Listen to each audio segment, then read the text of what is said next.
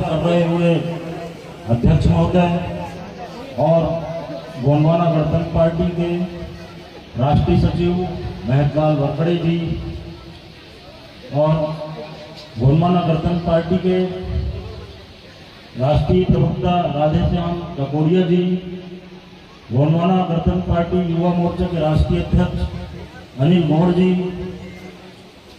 और उपस्थित जिले के जिलाध्यक्ष एवं पूर्व जिलाध्यक्ष गया प्रसाद कुमरे जी, भट्टी जी और मरावी जी और यहाँ पर उपस्थित सभी मातृशक्ति, पितृशक्ति और सभी सगा समाज को मेरी ओर से सेवामान सेवा जोहार। जैसा कि अभी युवा मोर्चा के जिलाध्यक्ष ने बहुत ही गंभीर अपने वक्तव्य में समाज को एक अपनी ओर से बताने की कोशिश किया कि आज से हम लगभग 33 साल पहले जाएं तो यहाँ पर बहुत ऐसे समाज सेवक अधिकारीगण सभी उपस्थित होंगे। समाज के लोग वो थोड़ा मंथन करें कि क्या इस तरीके से इकट्ठे होकर हम किसी अपने पूर्वज जो कि इतिहास में मुझे नहीं लगता कि पूरे देश में इस तरीके से बाप बेटे को जो बलिदान हुए शंकर साहब, रघुनाथ साहब, जिसकी आज हम बलिदान गाथा पर उपस्थित हुए हैं, ऐसा कहीं किसी भी समाज के योद्धा रहे हो और इस तरीके से बलिदान हुए हो, जो सजा दी गई अंग्रेजों के द्वारा, ऐसे ही और हजारों साल पहले हमारा पूरे देश में शासन हुआ करता था। ऐसे सैकड़ों राजा पूरे क्षेत्र में, मुझे लगता है 70% भारत देश में हमारा शासन हुआ करता था। लेकिन आजादी के बाद क्या हुआ? अचानक आजादी के बाद क्या हुआ? 1857, कोई ज्यादा दूर की बात नहीं है, उसी के 28 साल बाद जब राजा शंकर शाह, रघुनाथ शाह को तोप से उड़ाया गया, तो एक 1885 में जस्ट 28 साल बाद एक हमारे देश में एक पार्टी का निर्माण हुआ। उस पार्टी का नाम कांग्रेस 1885 में, और वो किसने बनाया? वही अंग्रेज, जिन्होंने हमारे पूर्वजों को इस तरीके से सजा दी। वो सजा जो हमारे लिए, हमारे अपने अधिकार के लिए और हमारे राज्य के लिए, देश के लिए एक योजना ही बना रहे थे कि हम कैसे बचें। तो एक 28 साल बाद सोचो, उसी अंग्रेज ने जो निर्माण किया, और मुझे लगता है पूरे देश में पूरे 45 साल तक उनका शासन रहा और 50 साल तो अपने प्रदेश में रहा। तो क्या इतिहास में हमारे उनका जिक्र कहीं है? आजादी के पूरे 50 साल तक कोई इतिहास के पन्नों में देख लो कि हमारे बारे में कुछ बताया हो, हमारी भाषा, संस्कृति, हमारे इतिहास, जो शासक, कहीं पे भी किताबों में नहीं। तो क्या ये प्लानिंग के तहत आदिवासियों के साथ धोखा नहीं है? और शिक्षा का तो सैकड़ों सालों, हजारों सालों से अधिकार ही नहीं था, तो हमको उससे भी दूर रखा गया।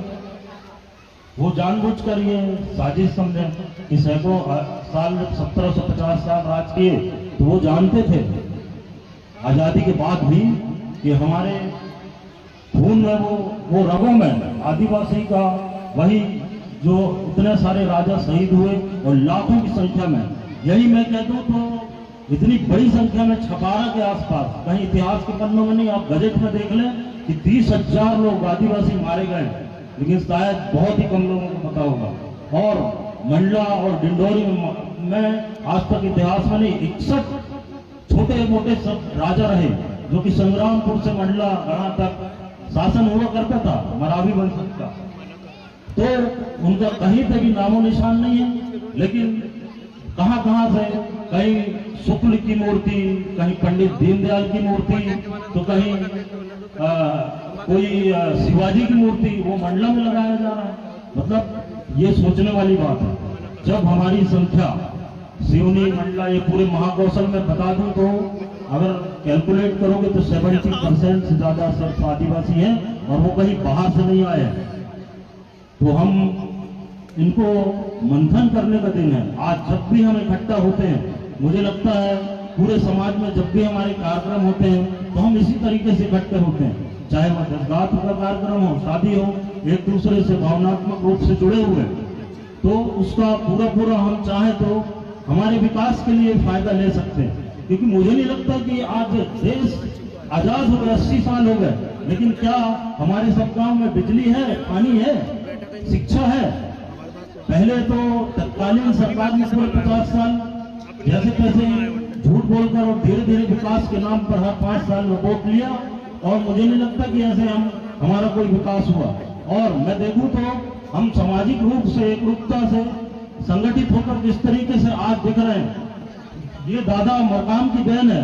आप चाहे कितना भी कुछ बोले, ये प्रधानमंत्री रहे, ये मंत्री रहे, कहीं किसी ने कुछ नहीं कहा, न किया। आज दादा हीरा सिंह मरकाम की देन है कि हम ऐसे कार्यक्रमों को मना रहे हैं और इकट्ठे हो रहे हैं। तो हमारा विकास तभी संभव है इस तरीके से, जब हम संगठित होते हैं।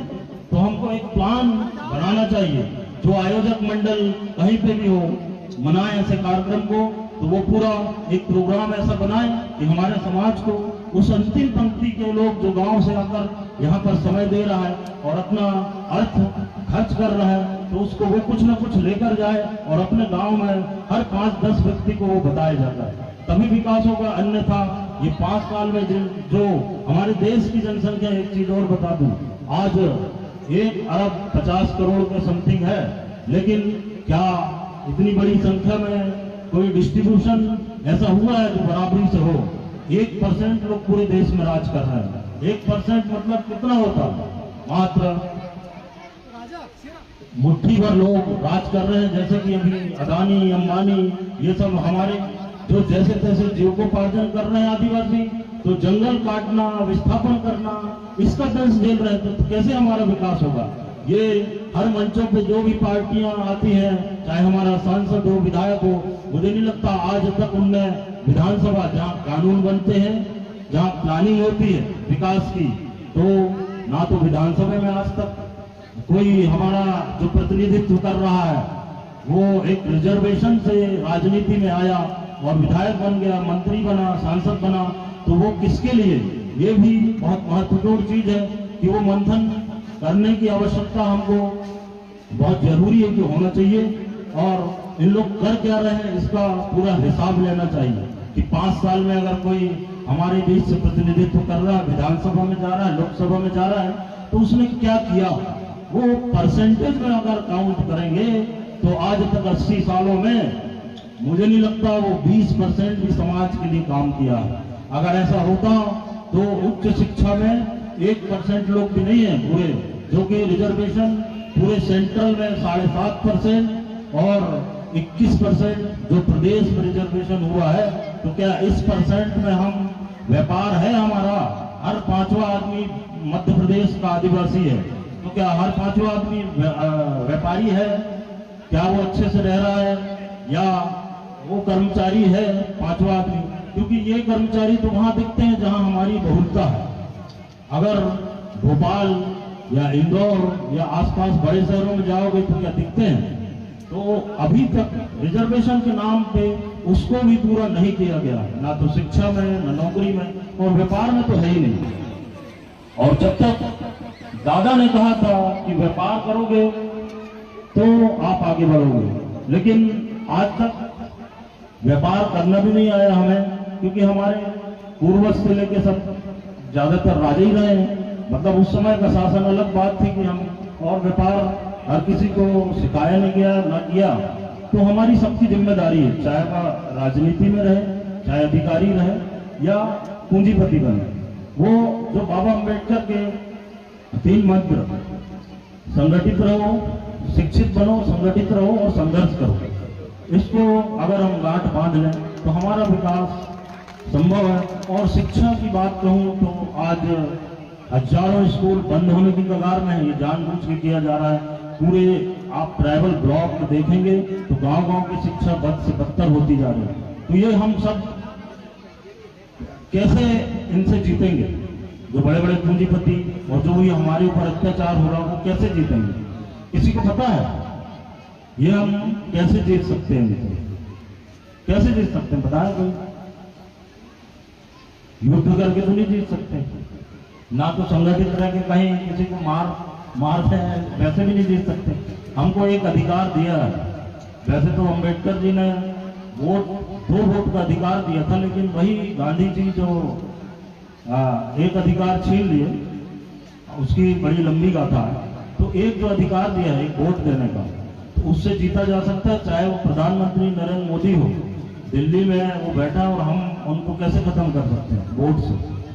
अगर हम सभी लोग मान लें और हमारे समाज का विकास कर लें तो हमारी सीटें सुरक्षित और निश्चित है, क्योंकि हम संगठित हों तो सारी सीट एक तरफा कर सकते हैं। तो और मैं कोई पार्टी या राजनीति यहाँ पे नहीं बता रहा हूँ, आप खुद आंकलन करें, ना मेरी बात माने कि मैं कुछ राजनीति कर रहा हूँ पूरे समाज के साथ, तो ये भूला है।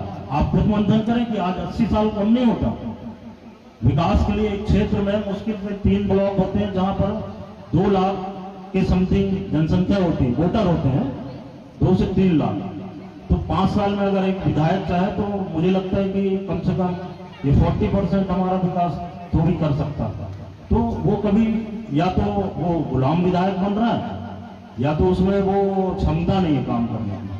तो हमको वोट का जो अधिकार दिया गया है उसको अपनी बहुत जिम्मेदारी से अगर आप मान लें और सब ऐसे ही संगठित रहें तो हमारा विकास संभव है, अन्यथा कोई भी आके विकास नहीं करेगा, क्योंकि सबको अपनी अपनी जेबें भरना है और अपना सत्ता में बने रहने के लिए गरीबों को प्रताड़ित करना है। बस मैं इतना ही कहना चाहूंगा, क्योंकि मेरा भी एक कार्यक्रम है।